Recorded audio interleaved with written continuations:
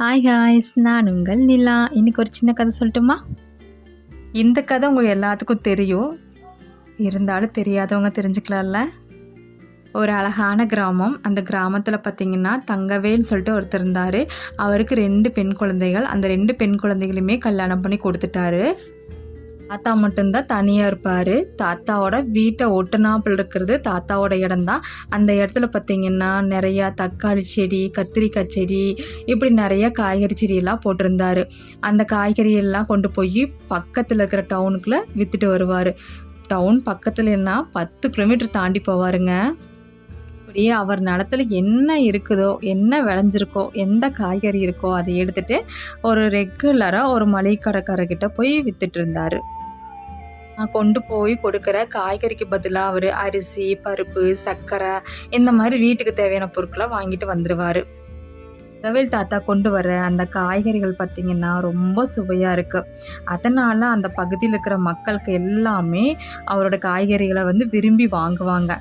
இதை யூஸ் பண்ணிட்டு தான் அந்த கடைக்காரரும் எல்லா காயுமே எனக்கே கொடுத்துருங்கன்னு சொல்லிட்டு வாங்கி அது கூட மற்றதையும் கலந்து அவர் நல்லா சேல் பண்ணி லாபம் பார்த்துட்டு இருந்தார்.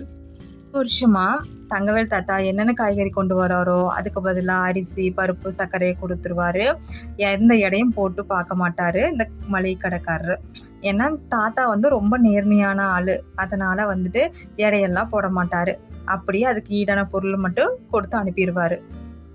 அப்படி ஒரு நாள் தங்கவேல் தாத்தா கத்திரிக்காய் 10 கிலோ கொடுத்துட்டு போயிருந்தார். அதே சமயத்தில் பார்த்திங்கன்னா ஒரு சமையல் ஆர்டர் வந்தது. அதனால் அந்த சமையல்காரர் 10 கிலோ கத்திரிக்காய் கேட்டிருந்தார். நம்ம தாத்தா கொடுக்குறதா எடை போட்டு பார்க்க மாட்டாங்கல்ல, அதனால் அந்த 10 கிலோ கொண்டு வந்து அத்தனை கத்திரிக்காயையும் கொடுத்து அனுப்பிட்டார். கொஞ்ச நேரத்துலேயே அந்த சமையல் மாஸ்டர் வந்துட்டார். நீங்கள் கொடுத்ததில் பார்த்தீங்கன்னா 9 கிலோ கத்திரிக்காய் தான் இருக்குது, 1 கிலோ கம்மியாக இருக்குது அப்படின்னு சொல்லிட்டு போயிட்டார். மளிகை கடைக்காரருக்கு நைட்டெல்லாம் தூக்கமே வரலைங்க. அப்போது இவர் இவ்வளோ நாள் இப்படி தான் நம்மளை ஏமாத்திருக்கிறாரு, எல்லாமே நம்ம எடை போடாமல் வாங்கினது நம்ம தப்பாக போச்சு, என்ன இப்படி மனசங்க அப்படின்னு சொல்லிட்டு நைட்டு ஃபுல்லாக தூங்கவே இல்லை. தாத்தாவை திட்டிகிட்டே இருந்தார். காலைல எப்போ பொழுது விடியோ அவர் வந்தார்னா அவரை சட்டையை பிடிச்சி 4 கேள்வி கேட்கும்னு சொல்லிட்டு ரொம்ப கோபமாகவே இருந்தார். அதே மாதிரி காலை பொழுது வெடிஞ்சிச்சு. தாத்தாவும் வந்தார். தாத்தா கிட்ட கேட்டார், எத்தனை கிலோ தக்காளி, எத்தனை கிலோ கத்திரிக்காய்ன்னு கேட்டார். தாத்தா சொன்னார், 10 கிலோ தக்காளி இருக்குது, 10 கிலோ கத்திரிக்காய் இருக்குதுன்னு சொல்லி தாத்தா சொன்னார். அதுக்கு கடைக்காரர் சொன்னார், என்னை இவ்வளோ வருஷமாக நீங்கள் எப்படியெல்லாம் ஏமாத்திருக்கீங்க, உங்களை நம்பினல்ல, நீங்கள் வயசுக்கு மூத்தவங்களாக இருக்கிறதுனால உங்களை நம்பி நான் எந்த பொருளையுமே எடை போடாமல் வாங்கினது என் தப்பாக போச்சு. ஆனால் இந்த 1 வருஷ காலமாக நீங்கள் என்னை ஏமாத்திருக்கீங்க, இப்போ எடை போட்டு காட்டுறேன் பாருன்னு சொல்லிட்டு எடை போட்டு காட்டினார். தக்காளி பார்த்திங்கன்னா 9 கிலோ தான் இருந்தது. அதே மாதிரி கத்திரிக்காயும் 9 கிலோ தான் இருந்தது. இப்போது நீங்கள் என்னை ஏமாத்திருக்கீங்க, வருஷமாக என்னை இப்படித்தான் நீ ஏமாற்றிட்டு இருந்திருக்கியா, கிராமத்துக்காரங்க ஏமாற்ற மாட்டாங்கன்னு நம்பித்தானே எடை போடாமல் அப்படியே வாங்கினேன், இப்படி துரோகம் பண்ணிட்டியே, சி அப்படின்னு சொல்லி சொன்னார். தாத்தாவுக்கு ரொம்ப கஷ்டமாக போயிடுச்சு. ஒன்றுமே பேசலை. அந்த இடத்துலேருந்து அப்படியே நகர்ந்துட்டார். பக்கத்தில் இருந்தவங்கெல்லாம் இந்த சம்பவத்தை பார்த்தாங்க. தாத்தா மேலே எல்லாத்துக்கும் ஒரு நம்பிக்கை இருந்ததில்ல. இப்போ பார்த்தீங்களா அந்த நம்பிக்கை எல்லாத்துக்கிட்டுமே குறைஞ்சிருக்குமில்ல. தாத்தாவுக்கு என்ன பண்ணுறதுனே தெரியல. தன் பொண்ணுக்கிட்ட போய் நடந்ததையெல்லாம் சொன்னார். பொண்ணு சொன்னாங்க, வாங்கப்பா இப்போ போய் நம்ம கேட்கலான்னு சொல்லிட்டு பொண்ணு அந்த கடைக்கு கூப்பிட்டு வந்தாங்க.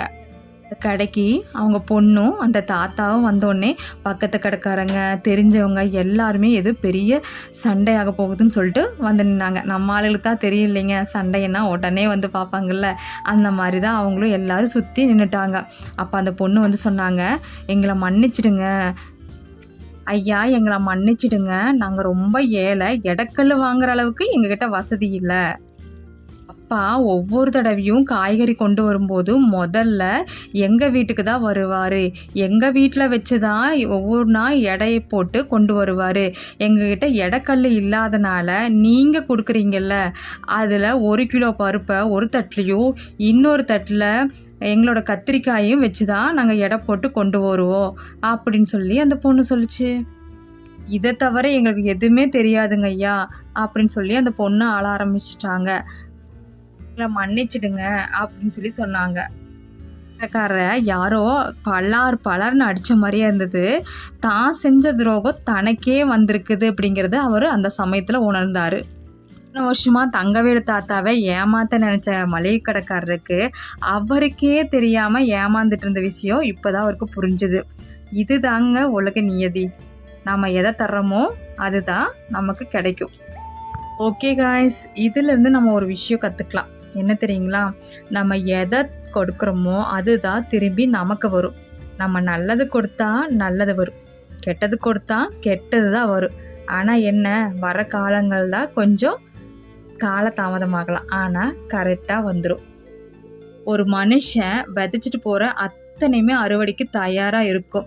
அது விதையானாலும் சரி, வினையானாலும் சரி. வாழ்க்கை வாழ்வதற்கே வாழ்ந்து காட்டுவோம். தேங்க்ஸ் ஃபார் வாட்சிங்.